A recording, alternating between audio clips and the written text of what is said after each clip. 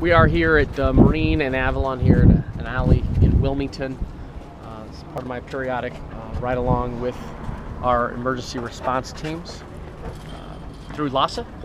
And we have an opportunity here to visit a couple sites and continue to reach out to those in need and offer them the services. My name is Ricky Bates. I've been out here on the streets in St. Peter for 10 months and I'm looking to get off the streets and get straight. What's up, babe? Joe Buscaino. Oh, okay, yeah. Nice to meet you. I'm the councilman here. Yeah, I want to get you help. Yeah. How you holding up? I'm holding. All right. I'm holding. It's kind of hard right now because I got a girl, you know, and a dog. Yeah. So there's not really much shelter to Pierre take the dog to. Okay. So I've been working with Pierre here, and just trying to, just abide by you guys' little laws right here. So we have to have our stuff broken down by 6 in the morning. Yeah. On the streets, and nothing up at 9 o'clock. So you got a dog and a girlfriend. That's a challenge right now. Yeah. Because there's no shelters. There's only like one shelter. I think a lobby shelter, except animals. You're attached to your girl. And Yeah. Your girl's got a dog. Yeah. Why can't you find housing first, and then your girlfriend can follow? That's what we're working through. The Harbor Interfaith. Yeah, Okay. Harbor Interfaith. We have a case going on with them, so it's separated. She's doing hers now. All right, cool. Well, we pulled up. You knew Pierre by first name. I've been working with Pierre for how long? Yeah. How many years? Or how long? Years. Yeah, a couple months. Couple months, good. Yeah.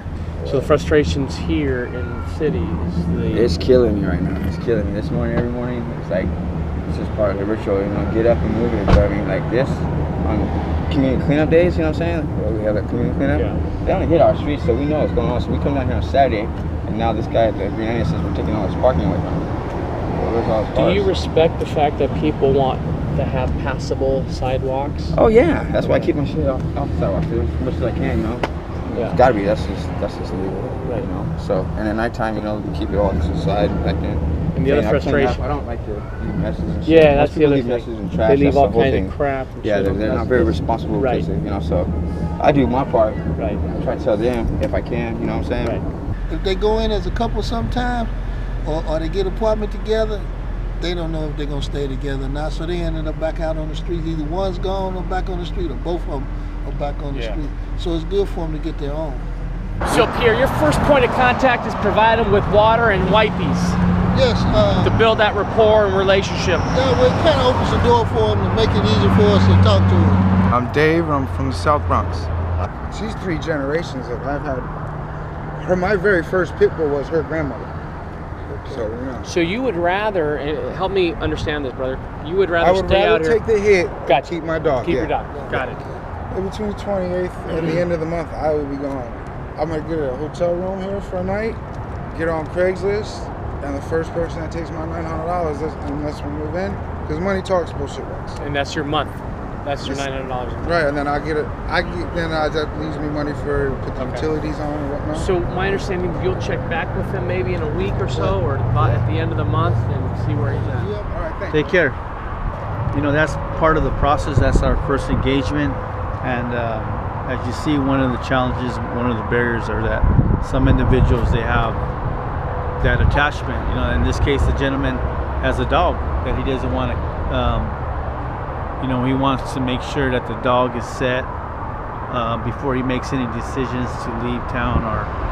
Those are just one in a lot of the challenges we have when we're working with the homeless population outreach. My hope is that he'll call us back and we can get him on track with housing, and hopefully, find a safe housing for his dog if he wants to depart with his dog. I'm familiar with her when we did a cleanup with the drainage wash right there, off Lomita area right there. Yep. Yeah, she's from there. Yeah. So, yeah. So she's been displaced from the Lomita Wash district. Yes, exactly. Even though services were offered during the cleanup process. This is the 3rd time that I've met her, now that I think about it, in 3 different locations. So would you agree that Maria is shelter resistant? I don't think she's following up with some of the leads that we're giving her. Like the last time I met her, I gave her my card. I go, call me. And she never really wants to make that call. As far as shelter and wanting to get off, would you like to go to a shelter like for 90 days where you can get some rest and eat or stuff like that? No? Why don't you like the shelter for 90 days? Help I'm, me. I'm a schizophrenic, so like I'm not like used to being around people for that long. Do you take medication? Oh yeah, I see a doctor. Okay. So even with the medication, it's a shelter wouldn't help you. Okay. So you would rather be out here. Yeah, and then until I can get housing. And we want to do everything we can to get you back on your feet. Okay. These are not good living conditions for you. Yeah. She was honest about the mental health and the schizophrenia, which is, you know, pretty common, but you know, with some of the homeless folks, what they struggle with. Even though her illness is maintained, she still doesn't want to move on for a shelter. Yeah. She'd rather wait for an apartment. Exactly, yeah. So that's one of the barriers we have dealing with the homeless people. And I think the factor is, I mean, she's so used to being around this area that she wants to be around this area. Yeah. And for her to move out there is probably uncomfortability, a fear, an anxiety. Yeah, I definitely believe that we need the federal government to assist in the homeless population. You know, it's attractive. We have it's 74 and attractive, sunny yeah. almost every day of the year. Absolutely. So this morning, this was posted. We had sanitation come through this alley here in Wilmington.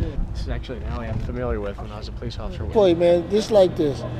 You get a bed for every night for the 90 days you're there during the daytime, and they let you out, go take care of your business, come back at 2:30, check back in. But you won't be out here sleeping on the streets. You got your bed for the night. Every night you go in, you get a shower, you get fed. We can take you down and get you in there today. That's no problem. If you want to go, we can take you right now. What do you think? We have a deal? Let's get you to bed, sir. I want to help you. Maybe you guys can share some information. I just sense some hesitancy. It's hard as it is to believe there are some things I do have to square away. Okay. What's up, boss? There are some things I have to square away. Understood. What I've learned today mostly is that, number one, these guys are doing their job.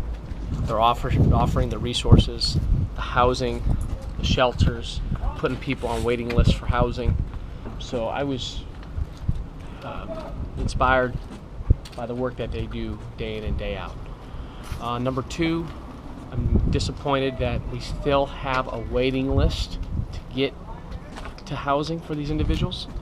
So it's important that property owners step up to the plate. We know that some of the property owners who own apartments are not accepting these vouchers. What is a voucher, and how can a voucher put somebody in a home? A voucher comes from the Housing Authority, which is through HUD, the government, and pretty much it's a lifetime housing, and it guarantees housing for the lifetime of the individual. For the landlord, it guarantees an income, a payment every month from the government, from HUD. So again, the challenging part is, those who want the help to be able to get the help available, and those who continue to make this a part of their livelihood.